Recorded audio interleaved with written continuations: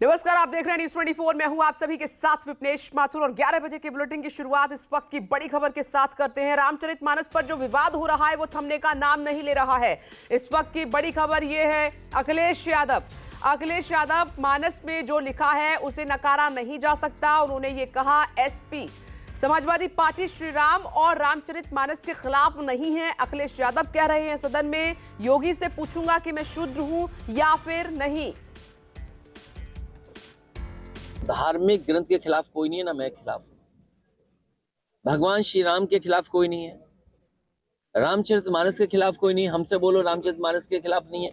मैं मुख्यमंत्री जी से पूछने जा रहा हूं कि मैं शूद्र हूं कि नहीं हूं। कोई खिलाफत नहीं कर रहा ग्रंथ की, ना भगवान के खिलाफ है ना रामचरितमानस के खिलाफ है।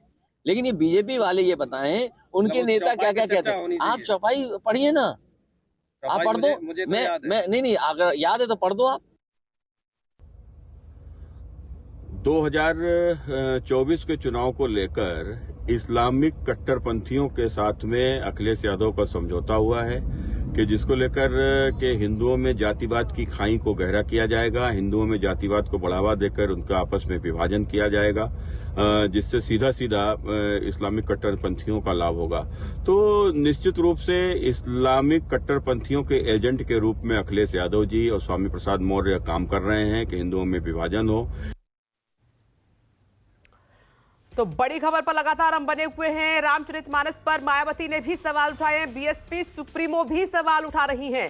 राजनीतिक स्वार्थ के लिए रामचरितमानस पर यह विवाद हो रहा है, सवाल उठाए जा रहे हैं और समाजवादी पार्टी बीजेपी की मिली भगत मायावती से करार दे रही हैं। देखिए, ये ट्वीट है उनका, संकीर्ण राजनीतिक और चुनावी स्वार्थ के लिए नए नए विवाद खड़ा करके आगे वो लिखती हैं अपने ट्वीट में, जातीय और धार्मिक द्वेष, उन्माद, उत्तेजना और नफरत फैलाना, बॉयकॉट कल्चर, धर्मांतरण को लेकर उग्रता आदि बीजेपी की राजनीतिक पहचान सर्वविदित है। ये बीएसपी अध्यक्ष मायावती का ट्वीट है। किंतु रामचरितमानस की आड़ में एसपी का वही राजनीतिक रंग रूप दुर्भाग्यपूर्ण है। इसमें दोनों पार्टियों की मिलीभगत है ताकि आगामी चुनावों में ध्रुवीकरण हो सके।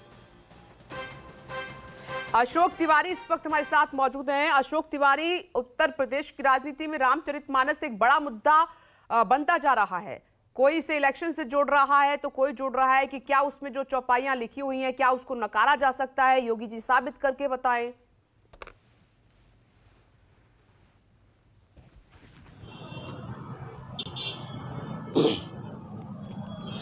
देखिए, निश्चित तौर पर सबसे पहले इस पूरे मामले में विवाद की शुरुआत उस वक्त हुई थी जब स्वामी प्रसाद मौर्य, जो कि समाजवादी पार्टी के राष्ट्रीय महासचिव बन चुके हैं, उनकी तरफ से रामचरितमानस को लेकर के विवादित बयान दिया गया था और उसके बाद इस पूरे मामले ने बहुत जोर शोर पकड़ा। तमाम तरह की पॉलिटिकल बयानबाजी इस पूरे मामले में देखने को मिली। लेकिन इस पूरे मसले को बल उस वक्त ज्यादा मिला जब अखिलेश यादव लखनऊ में गोमती तट पर जो एक धार्मिक आयोजन हो रहा था उसमें शामिल होने के लिए पहुंचे थे और वहां पर कुछ लोगों ने उनका काले झंडे दिखाकर विरोध किया था। तो उस समय अखिलेश यादव बहुत ज्यादा आप कह सकते हैं मुखर थे। उन्होंने बीजेपी सरकार पर हमला भी किया और ये कहा कि बीजेपी, हम अगर किसी धार्मिक आयोजन में जाते हैं, कहीं परिक्रमा करते हैं तो आखिरकार बीजेपी को उससे क्या परेशानी होती है। और शायद बीजेपी वाले हम लोगों को, जो शूद्र शब्द का इस्तेमाल अखिलेश यादव लगातार 2 दिनों से कर रहे हैं कि वो मुख्यमंत्री से पूछेंगे क्या वो शूद्र हैं या वो किस जाति से हैं कि वो धार्मिक आयोजनों में शामिल होने नहीं जा सकते हैं। तो उसके बाद से ये मामला बहुत ज्यादा तूल पकड़ने लगा है और कल भी राजधानी लखनऊ में एक संगठन की तरफ से रामचरितमानस की प्रतियां फाड़ी गई और मामले को तूल देने की कोशिश की गई। तो उसमें फिलहाल लखनऊ में मुकदमा भी पंजीकृत कर लिया गया है। स्वामी प्रसाद मौर्य के खिलाफ भी मुकदमा पंजीकृत किया गया है रामचरितमानस पर जो विवादित टिप्पणी उन्होंने की है उसको लेकर। तो अभी फिलहाल अगर आप राजनीतिक दृष्टिकोण की बात कीजिए तो समूचे उत्तर प्रदेश में चाहे स्वामी प्रसाद मौर्य ने जिस बयान को लेकर एक पॉलिटिकल रंग देने की कोशिश पूरे उत्तर प्रदेश में राजनीति के लिहाज से करने की कोशिश की और उसके बाद जब अखिलेश यादव से उनको लेकर यह सवाल पूछा गया था कि क्या आप स्वामी प्रसाद मौर्य के इस बयान का समर्थन करते हैं या नहीं करते हैं, तो उन्होंने ये कहा था कि हमने स्वामी प्रसाद मौर्य से कहा है कि पिछड़ों की जातीय जनगणना के आंदोलन को वो आगे बढ़ाएं। तो कहीं ना कहीं मौन सहमति समाजवादी पार्टी की तरफ से, अखिलेश यादव की तरफ से स्वामी प्रसाद मौर्य के बयान को लेकर है और यही वजह है कि अखिलेश यादव लगातार 2 दिनों से, यानी शनिवार को उन्होंने राजधानी लखनऊ में इस तरह का बयान दिया और उसके बाद मैनपुरी वो गए थे रविवार के दिन, वहां पर भी उन्होंने अपने बयान पर वो कायम रहे।